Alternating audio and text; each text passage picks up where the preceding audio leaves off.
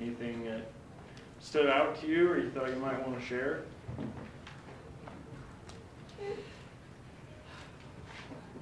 I noticed something, and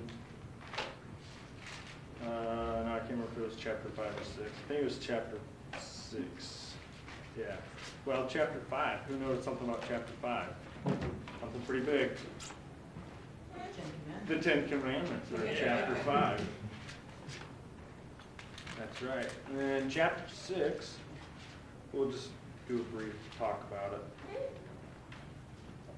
In verse 13, I noticed something that I don't know if I'd ever really caught before. It says, "Thou shalt fear the Lord thy God and serve him, and shalt swear by his name." And that stood out to me because I always remember in the Sermon on the Mount, Matthew 5, Jesus says, "You have heard of old, you swear by the name of the Lord, but I say, let your yes be yes and your no be no." And so I'd never noticed this verse that said, "You shall swear by his name." So that stood out to me. I noticed that for the first time.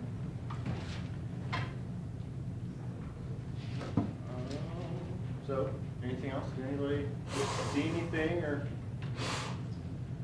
saw something they wanted to share with the class? No? Well, I will award 3 points if anyone can say the 10 Commandments in order right now. Anybody want to give it a shot? Without looking in your Bible? Without looking in your Oh, Bible. you didn't say. No? No one? What if I gave you 2 points if you could say the first 6 in order? Could you do it? No? What if the first 3? I'll give you a point if you can say the first 3 in order.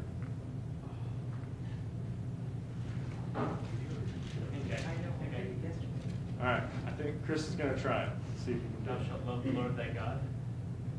Thou shalt love thy neighbor as thyself. And thou shalt not bear false witness against thy neighbor. No. No. Close. Good try. Not quite. Not quite. Anybody else want to give it a try?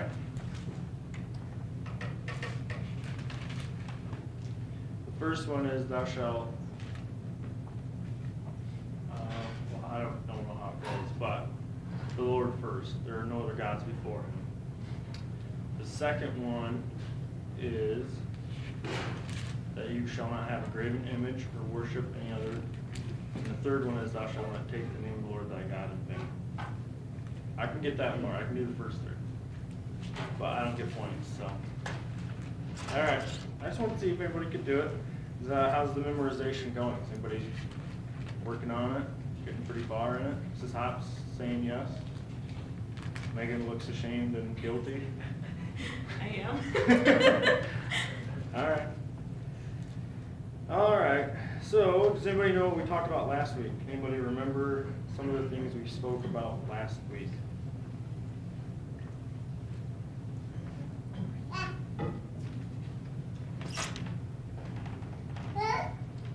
Just the giving of the 10 Commandments, The giving, yeah? the points on it. 4 points, I believe you gave us. Yeah, there were 4. You gave us. So we talked about where the 10 Commandments were given. Does anybody remember besides Mrs. Hopp? She got a point on that. Mount Sinai. Mount Sinai. Good job, Daniel. Somebody was paying attention. We talked about the commandments being different in 2 different ways. They were given 2 different ways. Anybody remember what those 2 ways were? Verbally and on stone tablets. 2 stone tablets. Mrs. B was about to say it, but you both got it. I'll give it to you both. Talked about the commandments were given in love, and we talked about the commandments being given for a purpose. Does anybody remember what the purpose was that we talked about? Talked about the commandments being a schoolmaster. And in the old days, a schoolmaster was someone that was in charge of educating young boys and disciplining them if they were not obedient. So we talked about the commandments are kind of like a schoolmaster in that a young boy would be obedient to the schoolmaster in fear of punishment. So we would say maybe some Christians are in fear of God's laws because of punishment, because of living eternity in hell. When you are saved, though, when the young boy would grow up, he's no longer afraid of the schoolmaster. He's obedient to the rules because he's learned correct behavior. He knows what is right, so he doesn't need to be punished for it. When we're saved, we don't obey the law in fear of hell. We obey the law because that is what we are commanded to do. That's how we properly serve the Lord. So, It also, did you say that, I think it also keeps us from, the law after you're saved keeps us from being self-righteous? yeah. Because it keeps you- shows us that we can't keep them? Yeah. Yeah. Yeah, that there's no way that we could have salvation through the law, because we would never be able to obtain it. Alright, so today, our title will be Some General Rules to Keep in Mind Concerning the Ten Commandments. So some rules concerning the Ten Commandments. So our first point is, the laws of God do not refer merely to outward conduct. Can you think of anyone in the Bible that concern themselves with the law for merely outward conduct? These people harassed Jesus his entire life on earth.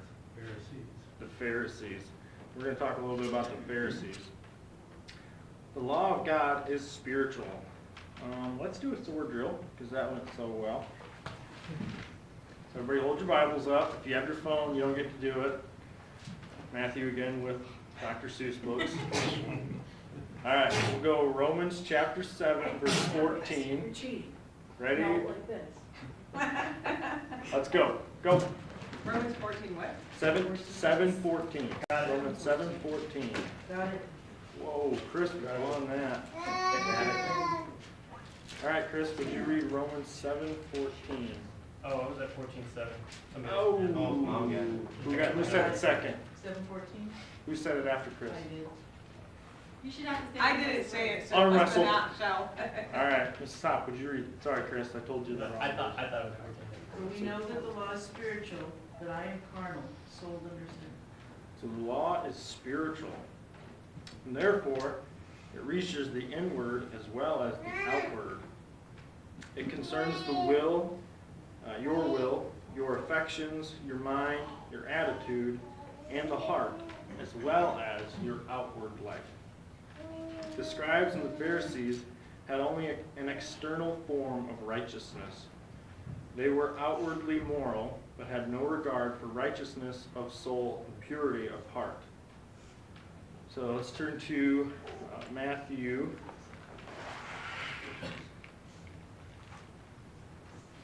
Matthew 23, verse 28. And we'll start at the front. Megan or Matthew, if you guys, one of you would be able to read that. I gotta make sure I give Mrs. Hop her point. Matthew 23:28. Even so ye also outwardly appear righteous unto men, but within ye are full of hypocrisy and iniquity. So the law it's a spiritual law. And the scribes and the Pharisees were self-righteous. They thought of themselves superior to others. Matthew, would you read Luke chapter 18. We'll read verses 9 through 12.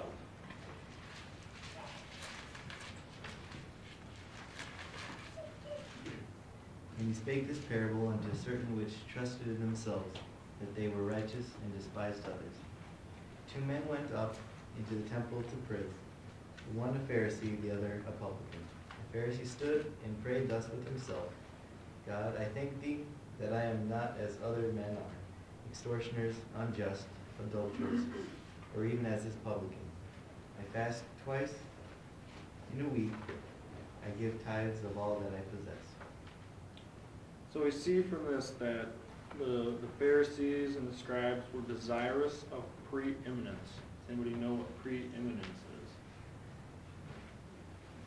what does preeminence mean? Well, it's the fact of surpassing all others. It's a sort of superiority over everyone else. And you can see from what Matthew just read, obviously they thought of themselves better than others. And that they thought of themselves superior.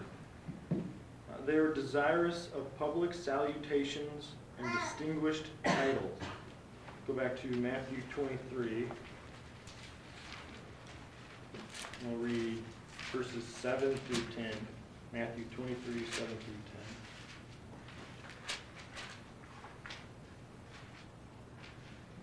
10. And greetings in the markets, and to be called of men, Rabbi, Rabbi.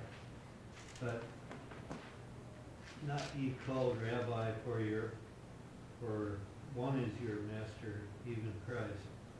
And all our brethren, and call no man your father upon the earth, for no one is your father which is in heaven. Neither be ye called masters, for one is your master, even Christ. They were very partial in their observance of the law, meaning they kind of picked and choose what parts of the law were important and what parts of the law they would be obedient to. We'll read Matthew 23 and verse 23.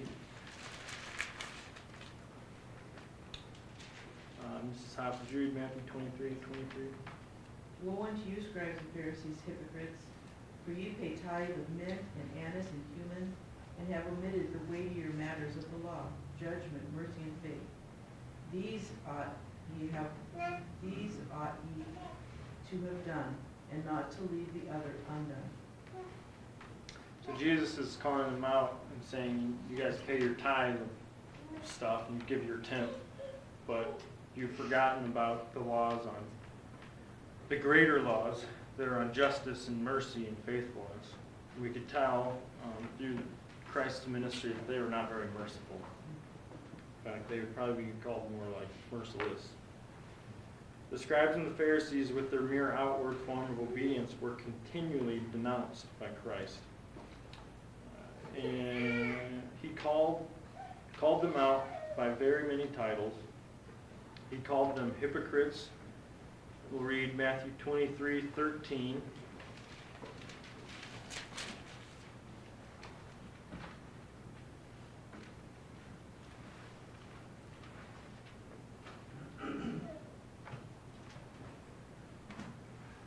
Yeah, Casey, I think we'll to you. But woe unto you, scribes and Pharisees, hypocrites! For ye shut up the kingdom of heaven against men. For ye neither go in yourselves, neither suffer ye them that are entering to go in.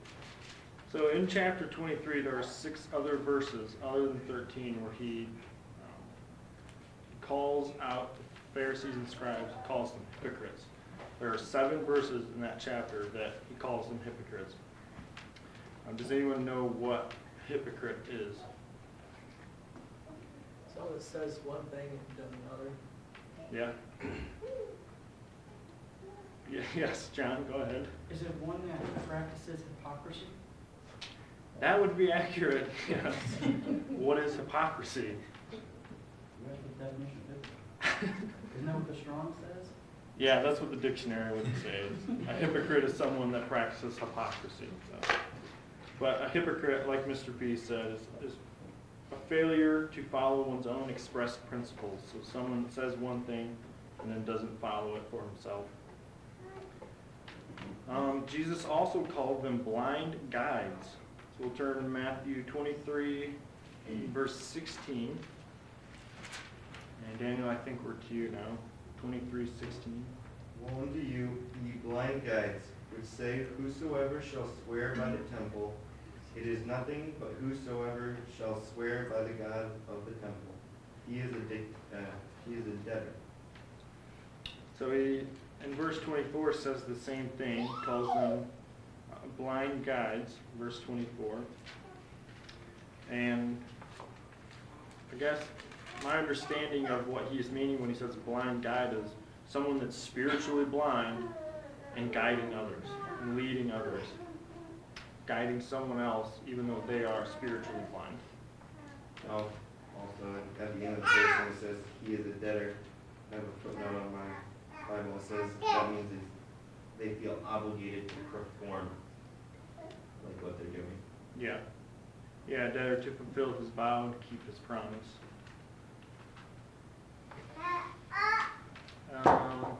In verse 17, he calls them fools and blind. I think we're up to the front, Mr. B, if you would read verse 17. Fools and blind, for whether is greater, the gold or the temple that sanctified the gold? And then in verse 19, he calls them fools and blind again. Jesus also compared them to a whited sepulchre in verse 27. Mrs. B, would you read verse 27? Woe unto you, scribes and Pharisees, hypocrites! For ye are like whited sepulchres, which indeed appear beautiful outward, but are within full of dead men's bones and full of all uncleanness. Does anybody know what a sepulchre is? Like a great grave. It is a grave. A room cut out of rock or built with stones that you lay dead people in.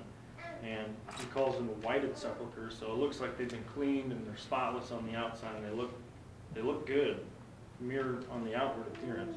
But inside, just as he says, in verse 27, just as he says, you are beautiful outward, but are within full of dead men's bones and of all uncleanness.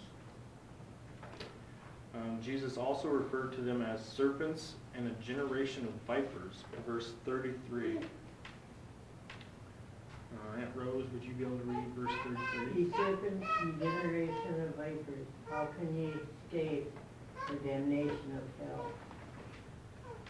And he even called them an evil and adulterous generation in Matthew chapter 12, in verse 39.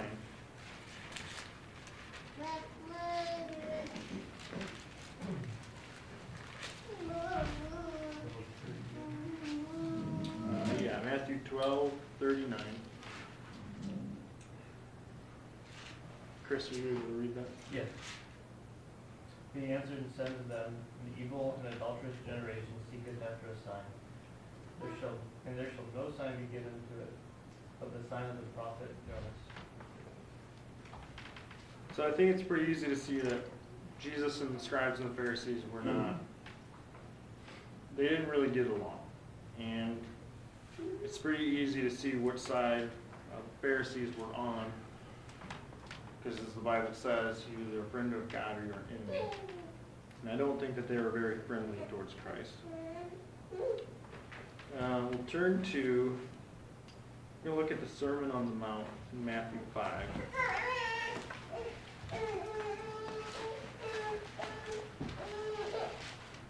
We'll look at Matthew 5 and verse 20.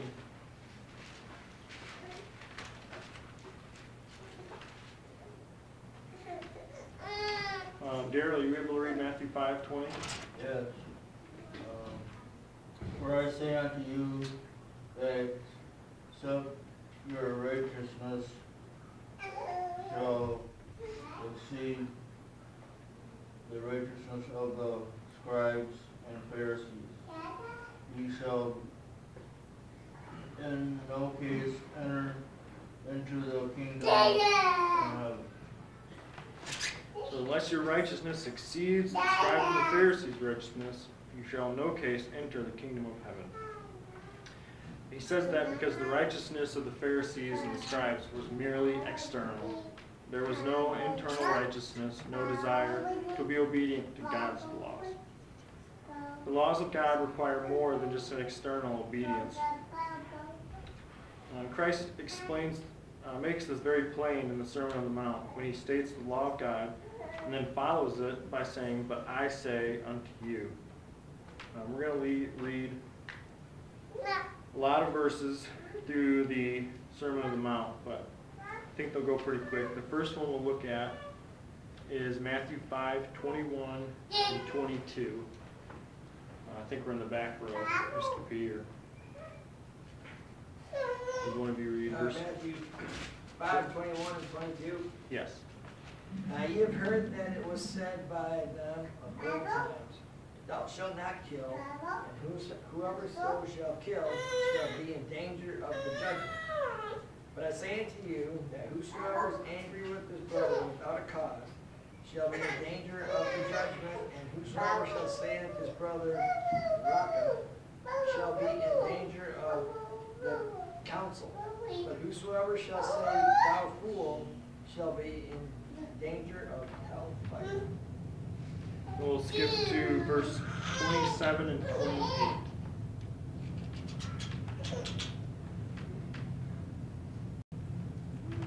Ye have heard that it was said by them of old time, Thou shalt not commit adultery. But I say unto you, that whosoever looketh on a woman to lust after her, hath committed adultery with her already in his heart. And then we'll go down to verse 31 and 32. I think we're back up. Molly, did you want to read?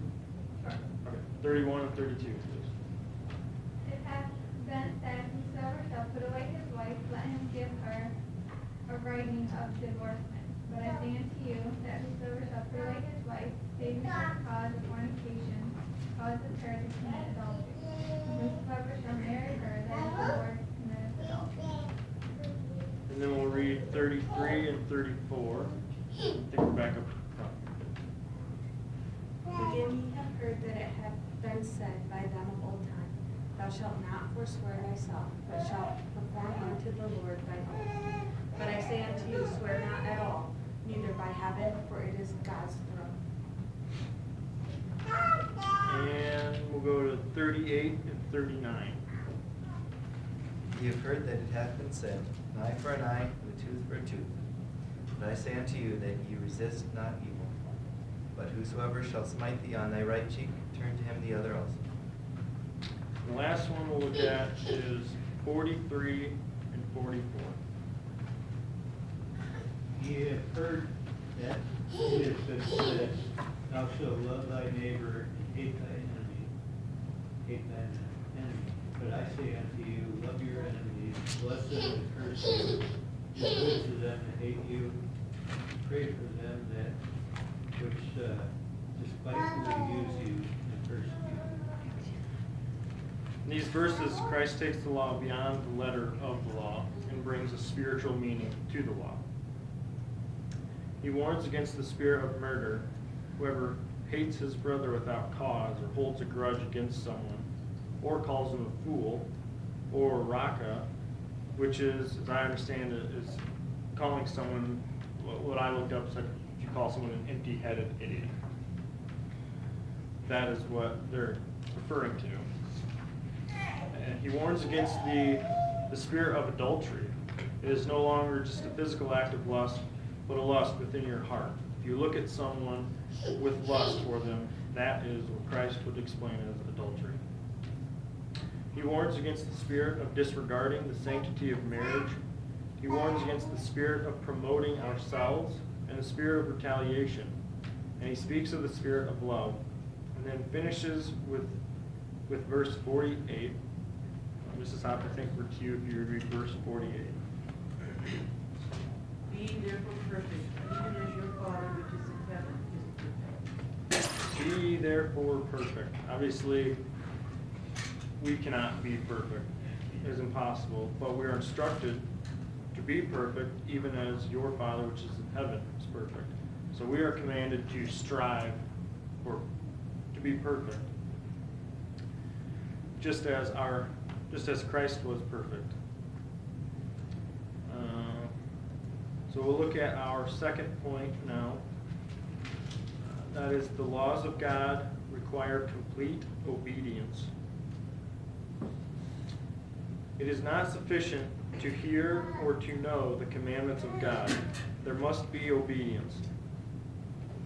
Let's look at Deuteronomy 27, verses 9 through 10. Deuteronomy 27, 9 through 10.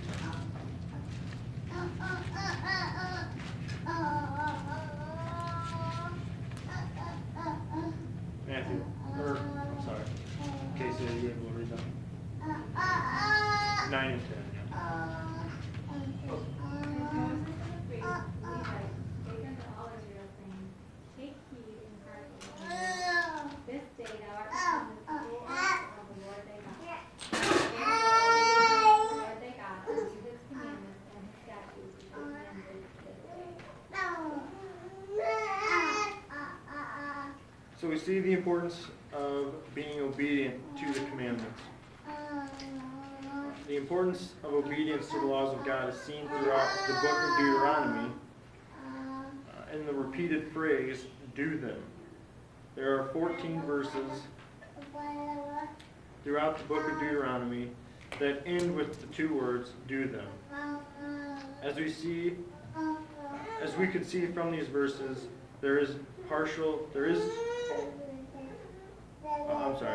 as we can see from these 14 verses, partial and selective obedience will not suffice.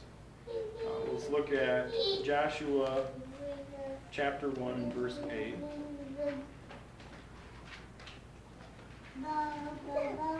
This book of the law shall not depart out of thy mouth, but thou shalt meditate therein day and night, that thou mayest observe to do according to all that is written therein.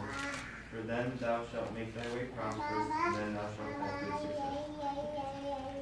About halfway through that verse, he says that thou mayest observe to do according to all that is written therein. All that is written therein. Let's flip over to James, the book of James in chapter 2 and verse 10.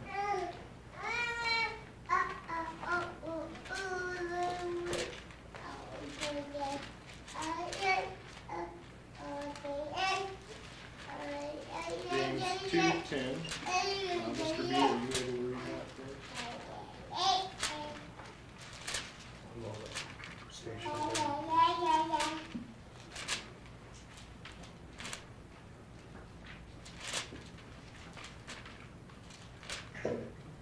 James 2:10. For whosoever shall keep the whole law, and yet offend in one point, he is guilty of all. So you're not able to just keep one law and that be sufficient. You must be obedient to all. And if we kept reading in that chapter, he goes on to talk about if you are faulty in one, you are in fault. You are a transgressor of the law in general.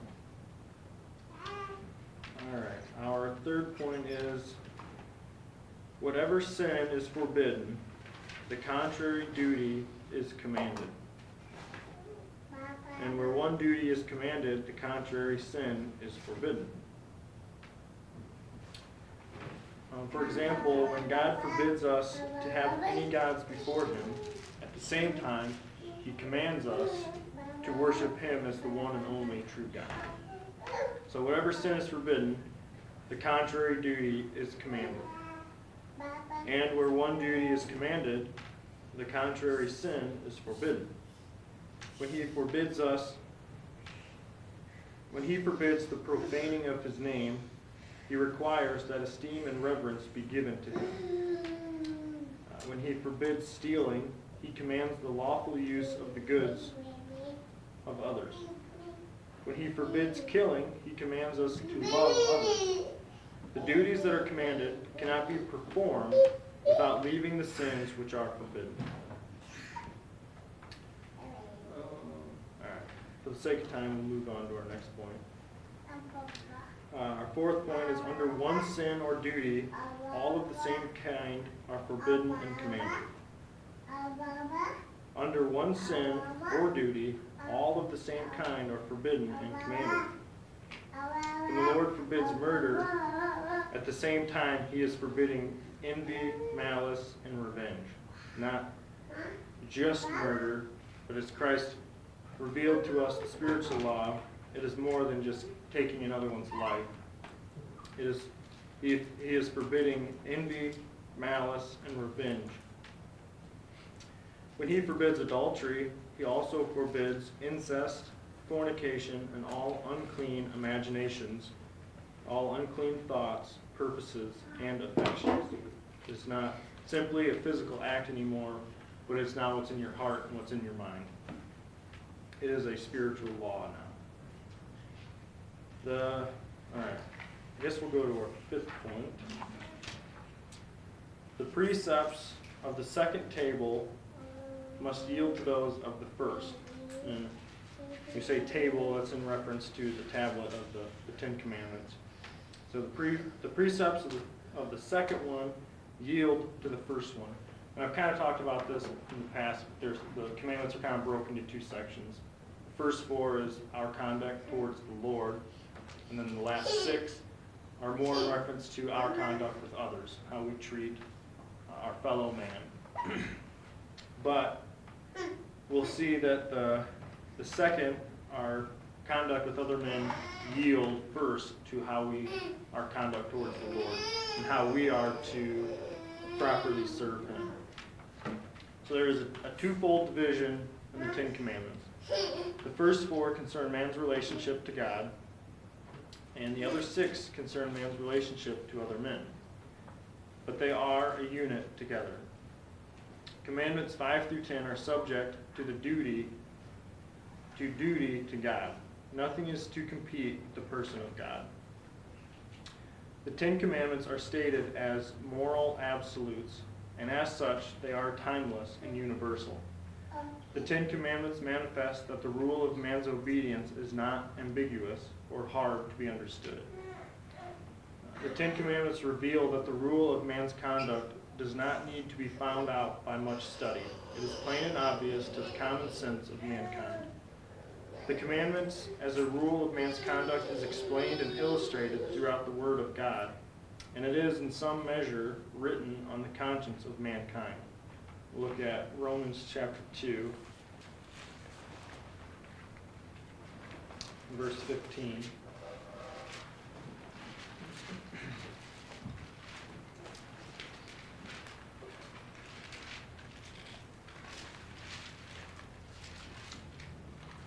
Romans 2:15. I think that's your turn.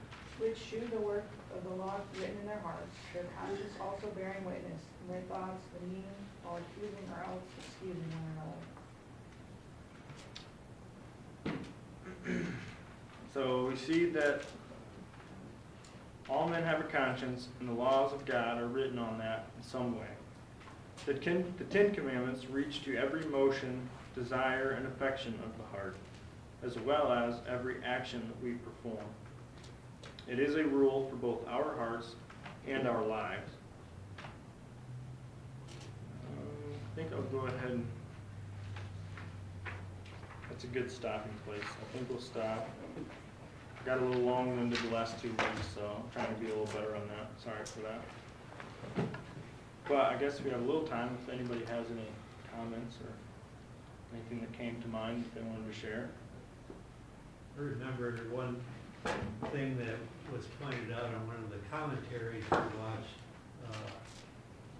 5 and 6, was another name for Mount Sinai is Mount Horeb. Okay. Supposedly. I wouldn't know anything about any of that. Yeah. Anything else? Anybody? No? All right. Well, I think we'll be